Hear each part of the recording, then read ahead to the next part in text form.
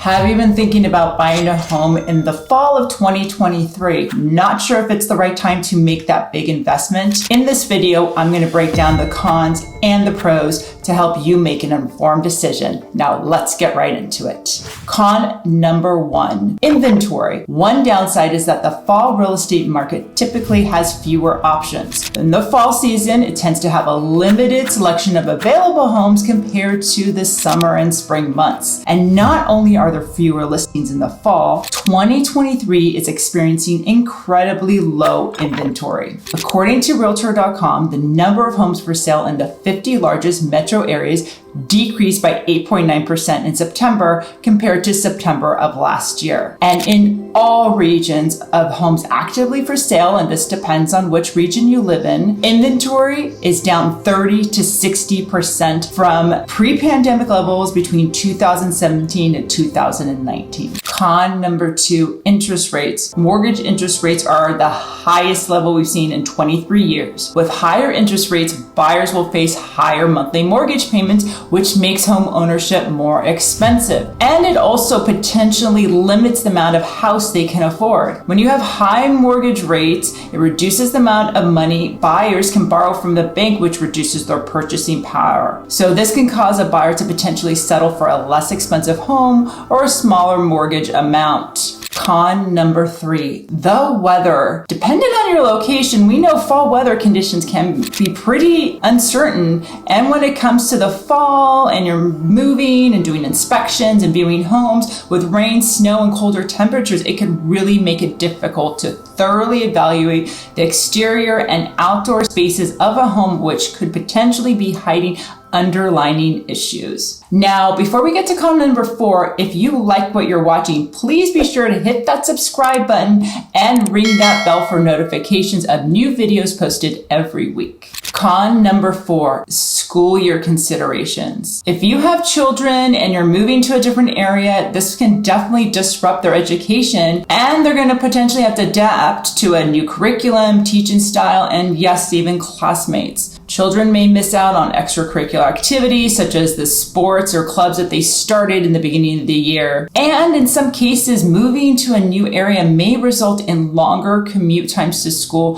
which would be tiring for both students and parents. Con number five, holiday distractions. We all know the fall season is very busy with holidays and family gatherings, making it potentially a really inconvenient time to focus on a major purchase. Buying a home could be one of the most stressful events for some people, especially during the holidays. Purchasing a home involves a lot of financial decisions, tons of paperwork, negotiations, and of course the uncertainty of finding the right home in time. Managing stress while buying a home during the holidays often comes down to preparation and working with a professional realtor such as myself who can guide you through those steps. Now let's move on to the pros of buying a home in fall of 2023. Pro number one, less competition. Fall is generally considered a less competitive season for buying a home. Many people tend to buy homes in the spring and summer, so looking to purchase in the fall will often have fewer buyers to compete against, and most buyers won't face competition for potential bidding wars. And yes, even in today's market with higher interest rates, in many areas, homes that are priced right are still experiencing bidding wars. But in the fall, you're likely to see less of this, allowing you more time to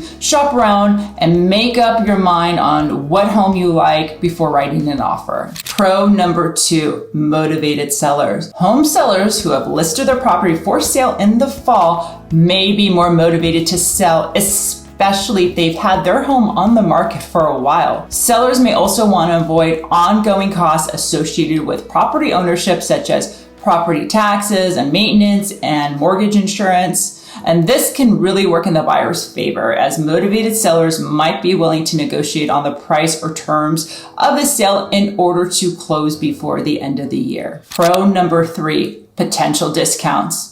As we talked about, since there is less competition and and you have motivated sellers, buyers may have the opportunity to negotiate a better deal or even find a discounted price on a home. Sellers could also be more willing to offer incentives such as covering closing costs or including things like appliances with the home sale. And in today's market, there are some sellers who are willing to buy down the rate of the buyer's loan, which then makes the monthly payment for the buyer more affordable and then being willing now to really write that offer. Pro number 4, equity building. Home ownership is still considered one of the most reliable ways to build wealth. When you rent, you aren't investing in your financial future the same way you are when you're paying off a mortgage. When you buy a home, you're building equity over time, which can be a valuable asset in the long run, and you have the potential of appreciation. When you make monthly mortgage payments, you are really building that equity in your home. Now, this can allow you an opportunity to take out equity in the future from an equity line of credit